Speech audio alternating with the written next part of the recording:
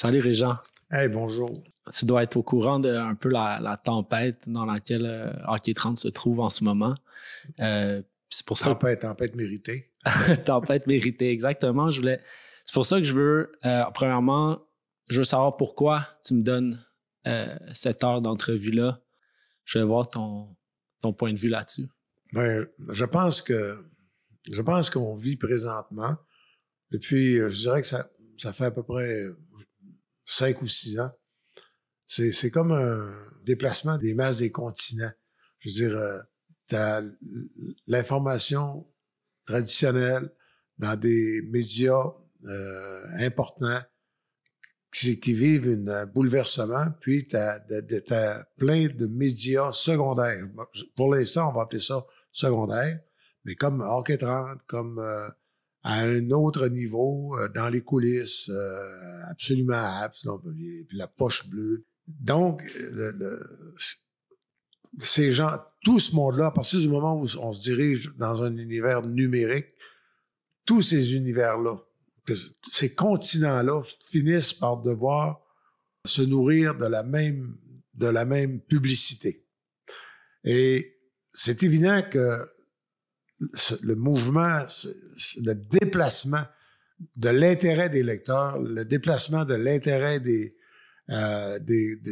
publicitaires, des commanditaires, ça va créer, et ça a commencé, ça va créer une bataille gigantesque entre un univers qui, lui, se bat pour survivre et un univers qui, lui, se bat pour arracher des parties de l'assiette qui nourrissaient avant ça les médias traditionnels.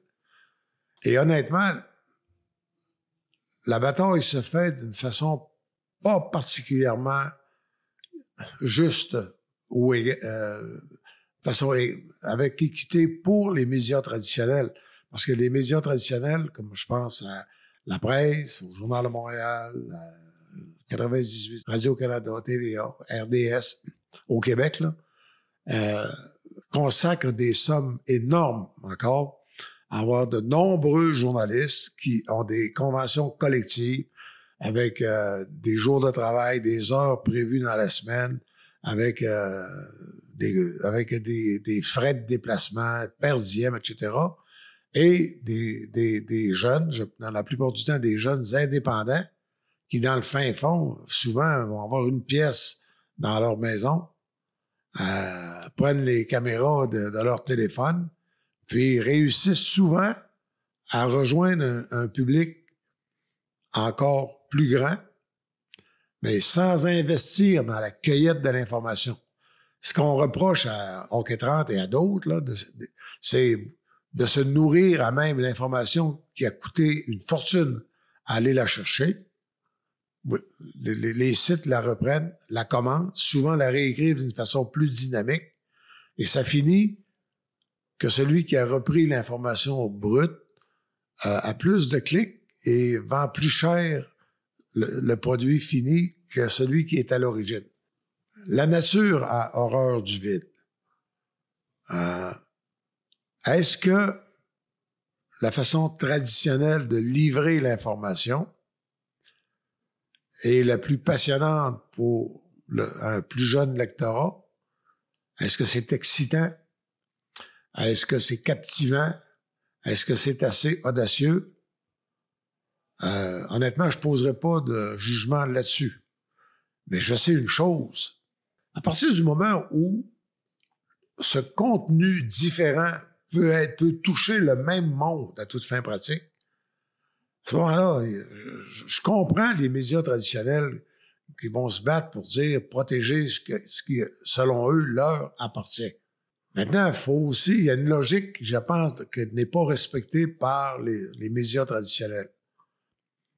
La presse envoie quelqu'un au Journal de Montréal. Ce quelqu'un fait une entrevue avec une vedette de la Ligue nationale. À partir du moment où c'est sur le site de la presse, on s'entend que c'est public. La job a été faite. Que quelqu'un prenne l'information brute, les entrevues, que quelqu'un les prenne pour les redonner en les commentant, en les jazzant.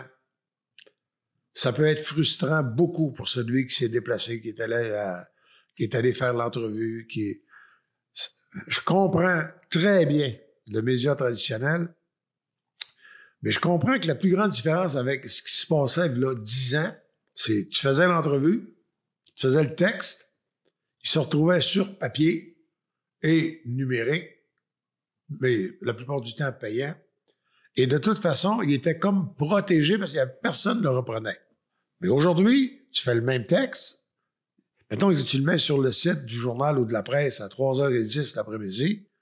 Si quelqu'un qui est vite, il lit ça, il dit « Oh, ça va intéresser mon monde. » Il reprend ça, il va citer, il va dire « Elle dit dans la presse d'aujourd'hui, ou dans le journal de Montréal d'aujourd'hui, ou à Radio-Canada. » Tu reprends ça, mais dans le fond, ce que tu reprends, c'est quelque chose qui a déjà été public.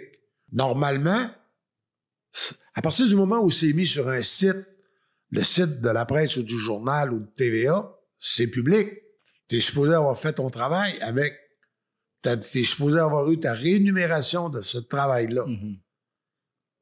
Mais si quelqu'un le reprend, lui donne un twist différent, le commente, le représente d'une autre façon, je veux dire, sur le plan légal et moral, ça devient extrêmement complexe de faire une différence.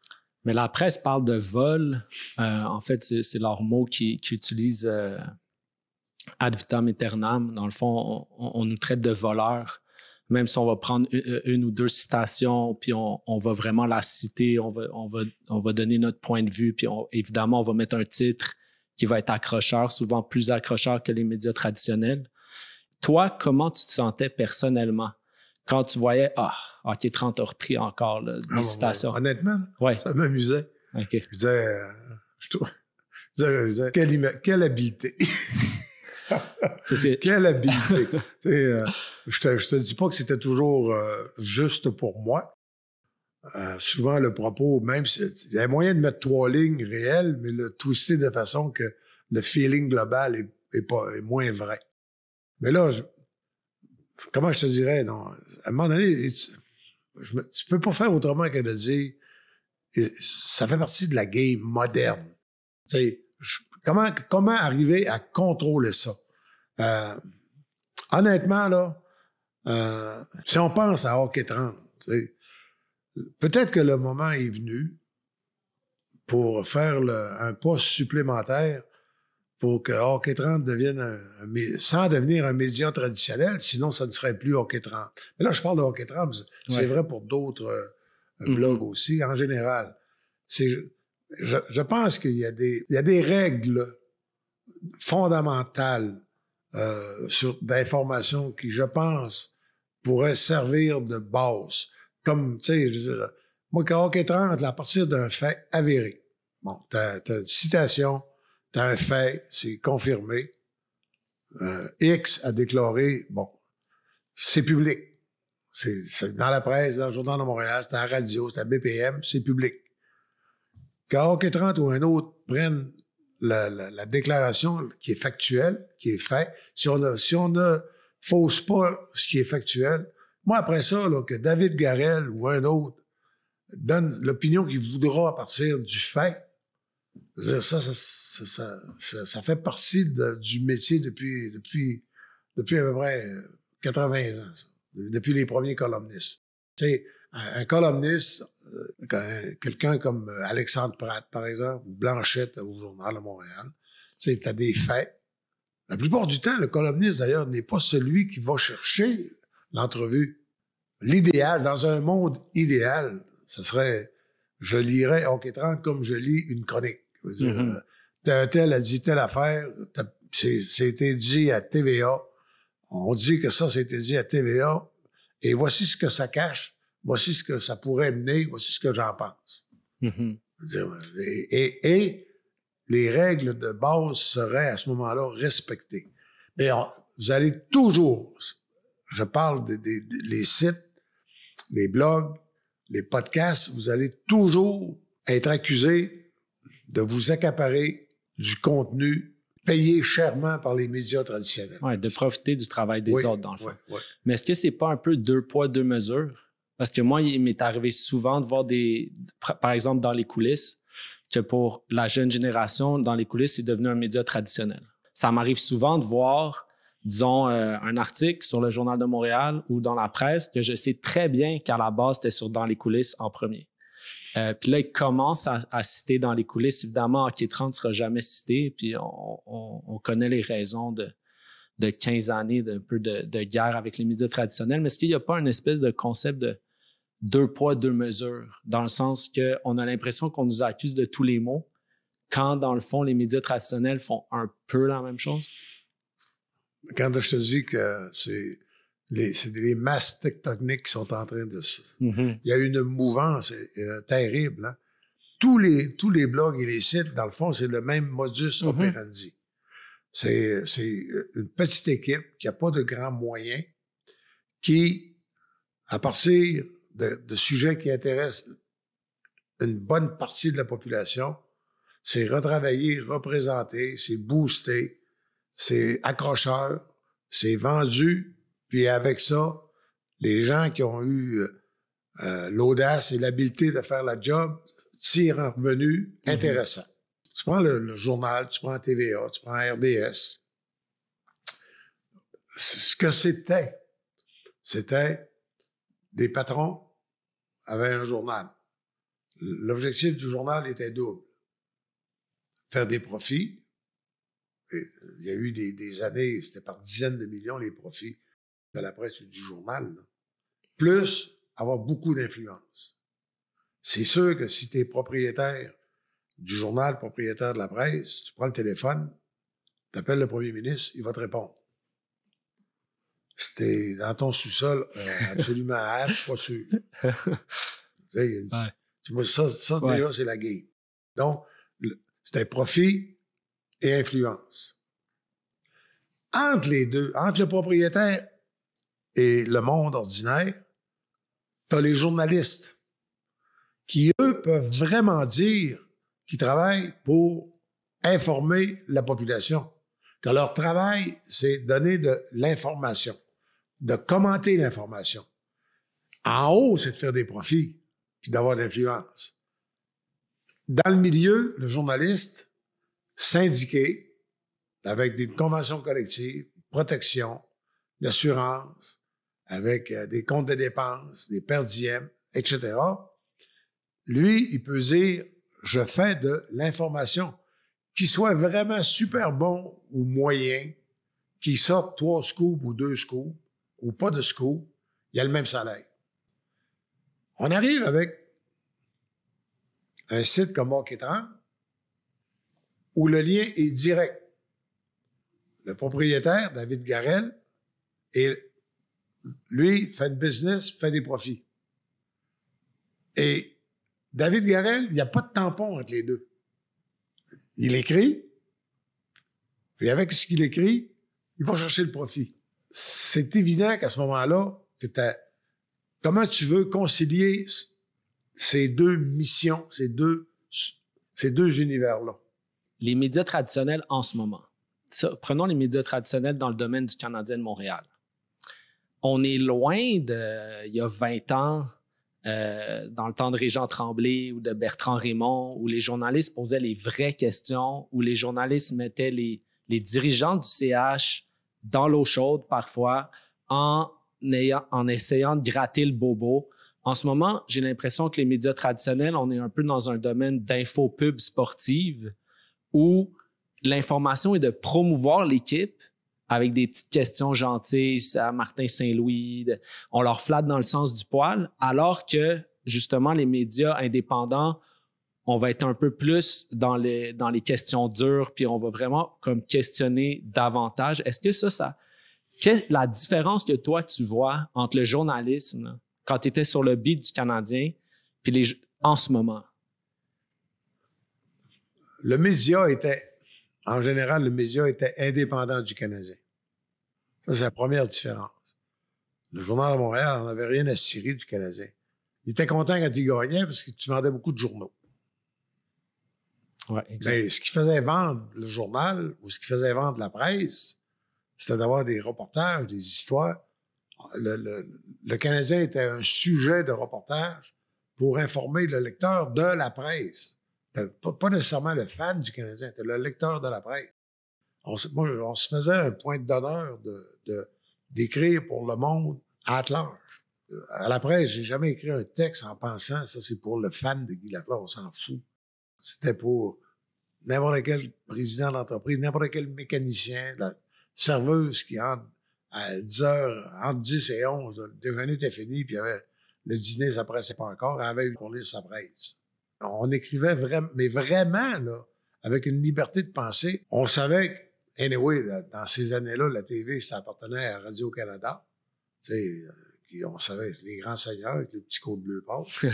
Je veux dire, ils sortaient rien, eux autres. Pas tout zéro. À partir du jour où le Canadien a fait des deals avec des empires qui contrôlaient le média, c'est évident que tout a changé. Je veux dire, RDS appartient à Bell. Bell est deuxième actionnaire chez le Canadien de Montréal. Prends-y la tête à Papineau pour comprendre que le lien il est direct. Mais ce lien-là refuse qu'on puisse critiquer l'équipe.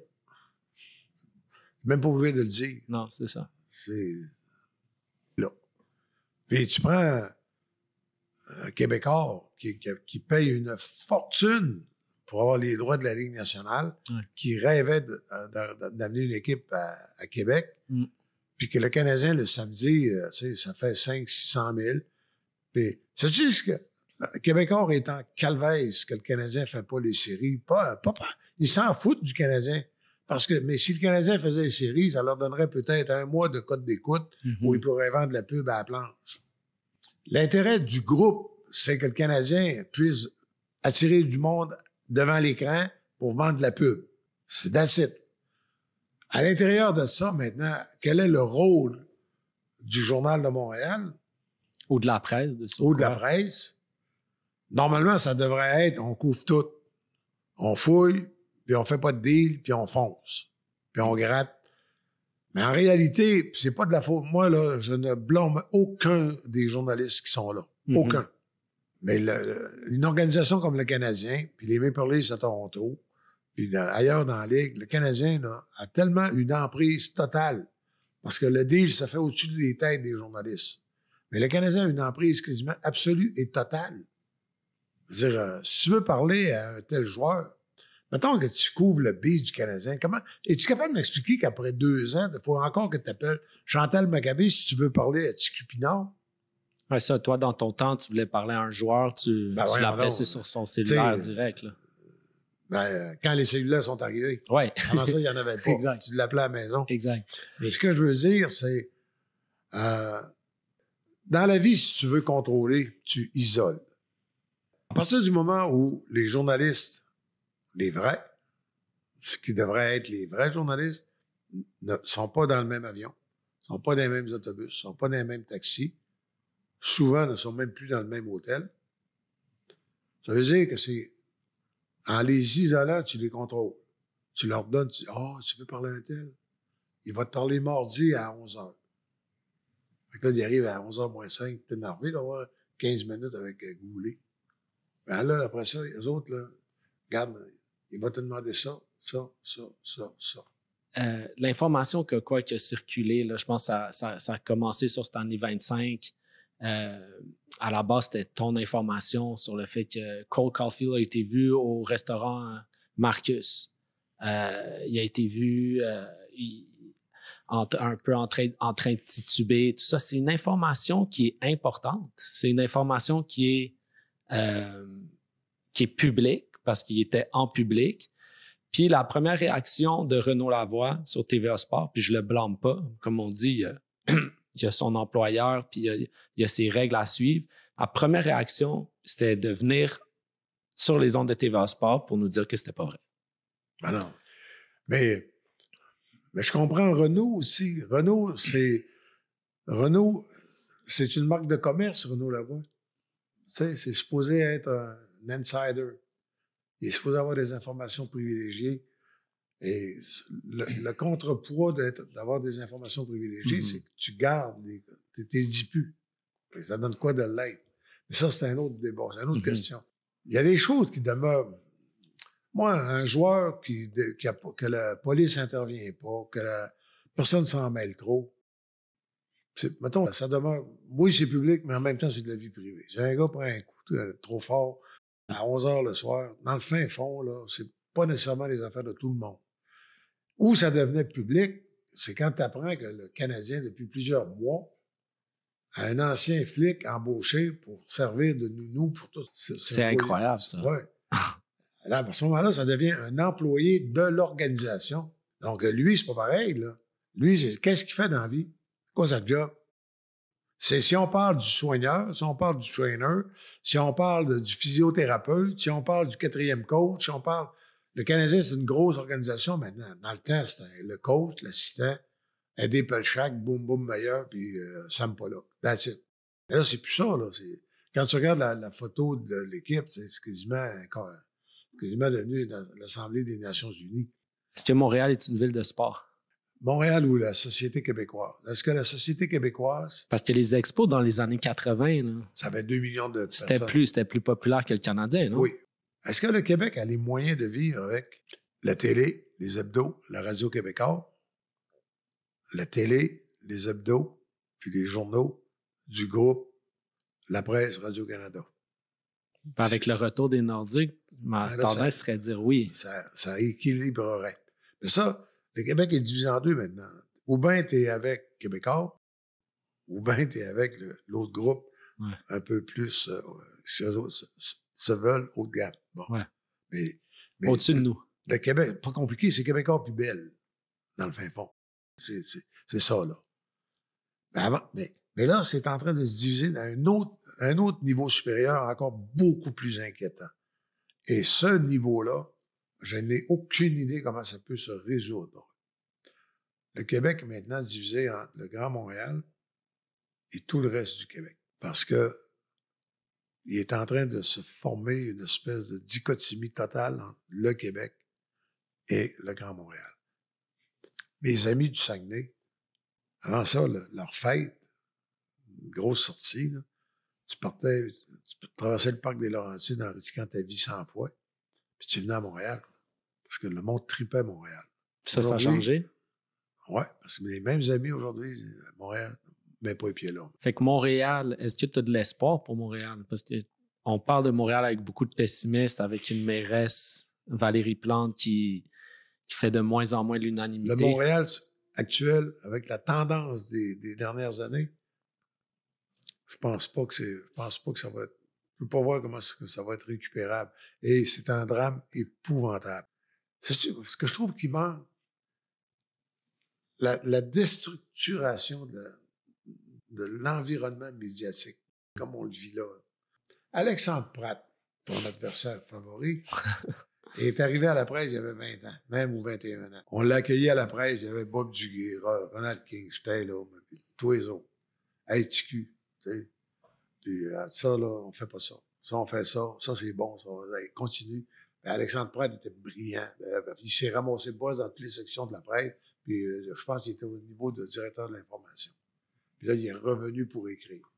Mais la courbe d'Alexandre, il était dans un milieu, il était à l'université, il est rentré à la presse, des vétérans du métier l'ont pris, il y avait des chefs, des gars de pupitre, Michel Meunier et compagnie, Robert Nadon, Pierre Nadon. T'écrivais pas ce que tu voulais, comprends? Tu sais, Pratt, ça fait 4 fois que tu emploies ce mot-là, ça fait 4 fois qu'on te dit que c'est pas bon. Toi, ça fait 15 ans que tu fais du métier, là, en parallèle, d'une autre façon.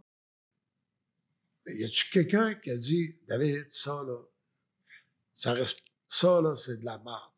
Ouais, il aurait fallu une couple de fois qu'il y ait quelqu'un qui me le dise. Mais tu sais, ouais. sans vouloir jouer, je veux pas, j'ai enseigné, mais j'ai commencé dans la vie prof de latin et de grec. J'ai pas le goût de finir prof de journalisme. Mais si je peux donner un coup de main de temps en temps, ça va me faire plaisir. J'ai des projets, j'ai de l'écriture, j'ai des livres à écrire, j'ai des séries de TV que c'est en train de repartir. J'ai des projets de long métrage. Puis j'ai une vie, tu sais, moi, ma vie, là, toi, t'as pas 40 ans. Ça veut dire que tu peux te dire que, ouais, quand j'aurai 50, quand j'aurai 60, quand j'aurai 70. Mais moi, j'ai eu 40, j'ai eu 50, j'ai eu 60. Je peux même pas me dire quand j'aurai 90. Je peux même pas dire quand j'aurai 85. Mais tu fais quand même le tour des États-Unis en moto Oh, à 80 ans, oui. ce qui est quand même impressionnant. Ah non, mais tu sais, j'ai une santé. Merci. Merci l'hérédité, puis merci la vie, là. Mais, à un moment donné, il n'y a personne n'est éternel, puis on est tous remplacés. Tu sais, Avant, Hockey 30 dans les coulisses, on était en guerre, là, en guerre ouverte. Puis un jour, on s'est rendu compte comme, hey, c'est peut-être, on est peut-être dans le même combat, mais on n'est pas l'un contre l'autre. C'est là où le switch se fait en ce moment, où on se rend compte que, puis on le voit avec la presse, puis le journal de Montréal commence. Eux, ils sont, je veux pas dire le mot guerre, mais ils se lancent dans une offensive. On le sent, on peut le sentir. C'est sûr que moi, je suis en première ligne parce que je suis là. Puis je le mérite sûrement après 15 ans d'avoir nargué leur journaliste. Je veux pas utiliser le mot guerre, mais il y a une offensive qui est lancée déjà. offensive, c'est le bon mot. Ouais. Là, c'est une offensive. Et du point de vue du journal ou de la presse, c'est une offensive qui est parfaitement justifiée. Est-ce que tu penses qu'Alexandre Pratt serait prêt à venir débattre de j'aimerais ça avec qu'Alexandre, moi? parce que Alexandre, honnêtement, là, c'est un... D'abord, c'est une personne que j'aime profondément. C'est un bon journaliste, c'est une personne droite. Puis toi, tu défends Hockey 30, lui, il défend la presse. Mais c'est pas, les armes sont pas égales. Mais j'ai l'impression que c'est un excellent journaliste, mais qu'envers moi, sa rigueur journalistique devient moindre parce qu'il prend des propos que j'ai dit hors contexte. Il me met des mots dans la bouche. Ouais, je l'ai fait. Exact. Il fait du hockey 30, dans le fond. Mais ça, c'est de bonne guerre. Mais je veux revenir, aux séries télé. Puis c'est drôle parce que je regarde de temps en temps des anciens lancers comptes. Puis je me dis, wow, si cet épisode-là, il passait en 2024, en ce moment. Non, le terme woke est galvaudé un peu partout, mais je vais l'utiliser là. Dans une société woke, lancer compte pourrait pas passer la barrière du temps jusqu'à maintenant. Est-ce que... Mais il y a une autre façon de le voir, ça. Ouais. J'ai pas entendu les cris des woke pour que Pierre Lambert soit amoureux d'une belle haïtienne. Elle n'était pas barmaid, elle était médecin. Exact. Puis j'ai pas attendu avec personne pour avoir l'adjoint du coach, Michel Béliveau, joué par Maxime Roy. Pas attendu Daniel Sauvageau. Moi, je l'ai inventé. Mais ça doit être plus compliqué maintenant, écrire des séries. Ben oui. Je sais pas. Disons, je parle du 7e étage. Ouais. Une série le 7e? Ouais. Qu'on parle du 7e, qui était, en fait... Le 7e au Centre Bell. Ouais, on serait allé dans l'univers de Marc Bergevin. Non, mais pas mais comment ça se passe en haut? En haut. Ouais. Mais genre plus du niveau de France-Margaret Bélanger, par exemple. Ouais.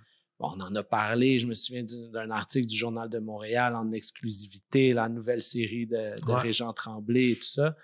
Elle n'a pas vu le jour. Est-ce qu'elle va voir le jour? Ouais. Okay. Ouais. Mais en même temps, comment je te dirais ça? Donc, tu sais, le premier lancé compte, le premier lancé compte de tout, le premier, là, on avait eu 850 000 $ pour faire lancer compte. 13 fois. Multiplié par 8, en tout cas, ça te donne à peu près le montant, à peu près 9,5 millions. Mais aujourd'hui, là, pour faire la même série, as-tu une idée de l'inflation? Ouch. C'est 700 000. Ouch.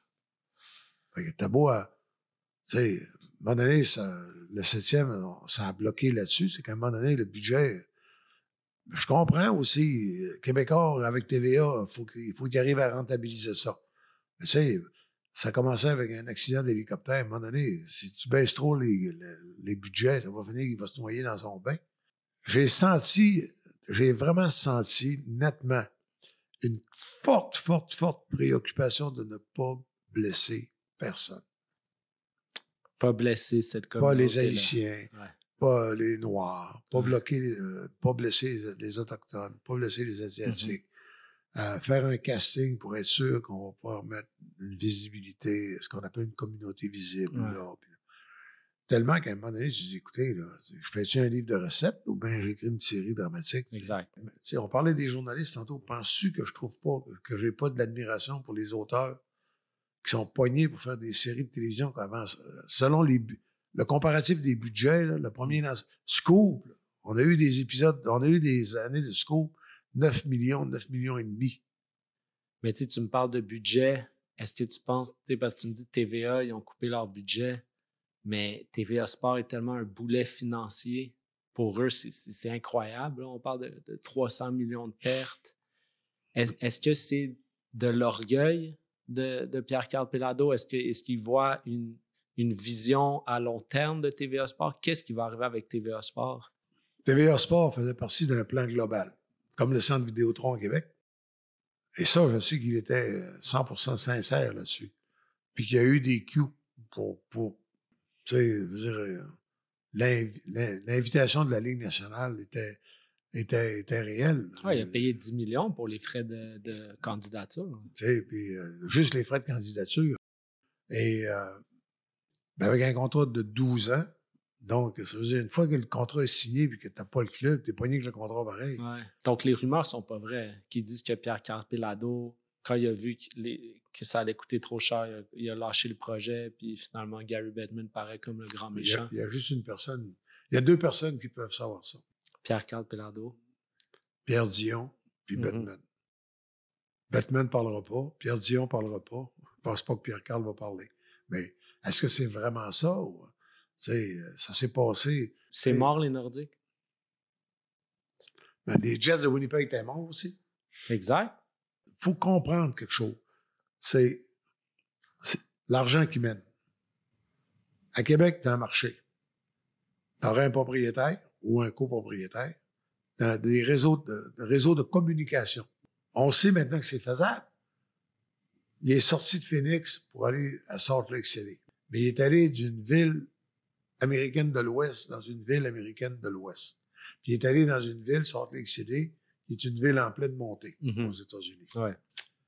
Mais il faut que tu comptes sur un geste désespéré. C'est qu'à un moment donné, tu as un club dans l'Est qui va crever de faim, puis qu'au lieu qu'ils sont plus capables de se supporter, qu'ils vont se dire, bon, ben écoute, Québec, voulez-vous être les soccer? Voulez-vous payer 1 milliard? Merci, bonsoir. Selon toi, Régent Tremblay, ton avis, est-ce que Jeff Monson, si on lui dit demain matin... Ben, la logique des affaires, c'est non. Non. La situation de monopole dans laquelle vit le Canadien, il n'y a rien qui dit qu'à long terme que c'est pas dangereux, ça. Il n'y a rien qui dit que Montréal ne gagnerait pas beaucoup. By the way, le Canadien a fait des affaires en or quand les Nordiques étaient là. D'abord, premièrement, il fallait qu'ils gagnent. Fallait que ça parle français. Honnêtement, l'arrivée des Nordiques, ce que ça a fait, ça a boosté l'économie sportive. Le Canadien n'a pas fait moins d'argent parce que les Nordiques étaient là. Je veux dire, t'es trop jeune, tu peux pas avoir une idée qu'à Rouyn-Noranda, il y avait un dépanneur qui commençait, parce que Couche-Tard commençait. Puis le dépanneur, il y avait des petites cédules du Canadien. Comme le gars de Molson mettait ça à côté de la caisse enregistreuse. Mettons qu'il passait à 8 heures le matin. À 9 heures, le gars d'O'Keefe arrivait, mettait 10 piastres. Tiens, il mettait ses calendriers des Nordiques. Ton horloge, Molson, là, mettre 2 belles horloges O'Keefe. Puis là, un mois après, le gars de Molson, dans sa tournée, il revenait. Hey, garde là ton horloge, mais moi, j'ai quelque chose de formidable. Là, il donnait un poster de l'affaire dans le coin. Cette compétition. Ça jouait dur. Mais on vivrait la même affaire. On vivrait ça québécois, puis Belle. Puis je pense que... Puis by the way, là, je pense que Belle puis Québécois, les deux, ils gagneraient beaucoup en pouvant se rendre essentiel au public québécois. Parce que le vrai ennemi de Belle, c'est même pas Vidéotron. C'est toutes les gugus Internet qui font que Amazon, Apple TV. Puis Netflix, puis le Diabolo qui te donne 3500 stations de TV chez vous pour 20$ par mois. Exact. Non, mais le câble aussi, c'est Regarde, quand tu dis les médias traditionnels n'ont pas vu venir Hockey 30 puis les autres, ils vous ont pas vu, vous autres, être obligés de comment marchent les algorithmes, comment tu peux vendre ça, quelle firme de pub va payer. Ils l'ont pas vu, ils s'en sont pas occupés. Pas sûr, moi, que les grands génies qui sont avec le Canadien, puis est-ce qu'ils voient que les grosses vaches à lait que sont les compagnies câblées, puis tous les réseaux câblés, ça se peut que ce soit complètement archaïque dans pas plus que 5 ans. Ouais, c'est clair. Même que Molson songerait à partir Habs TV selon ce qu'on entend en 2026, quand là, il va y avoir Amazon, il va y avoir Apple TV, puis là, ça va être le Far West pour savoir qui va avoir les... Qui va payer? Ouais, qui va payer. Qui va payer? Puis ben ça, tu vas me dire encore, c'est seulement Pelado qui le sait. Mais Pelado a récemment dit, non, nous, on va être là. Je veux continuer à avoir les droits de diffusion. On va pas se coucher, on va être là. Il n'y a rien qui se dit qu'à long terme, que la télévision traditionnelle n'est pas vouée à disparaître aussi. Et que ce qui va rester, ça va être quoi? Télévision en direct des événements de sport. Exact. Sur Amazon et compagnie. Tu sais, je veux dire, ce qui se passe, là, la presse, Alexandre, Hockey 30, les autres, on ne peut pas croire que c'est... Hockey 30, c'est juste un symptôme. By the way, insignifiant dans les grosses games.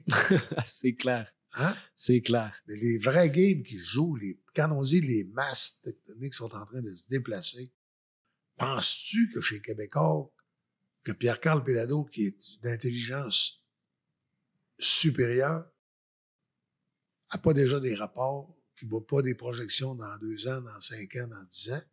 Penses-tu qu'il ne sait pas ce que la télévision par Internet est en train de changer? Ouais, mais je voudrais te remercier du fond du cœur d'avoir pris le temps. Ça prenait du guts de venir.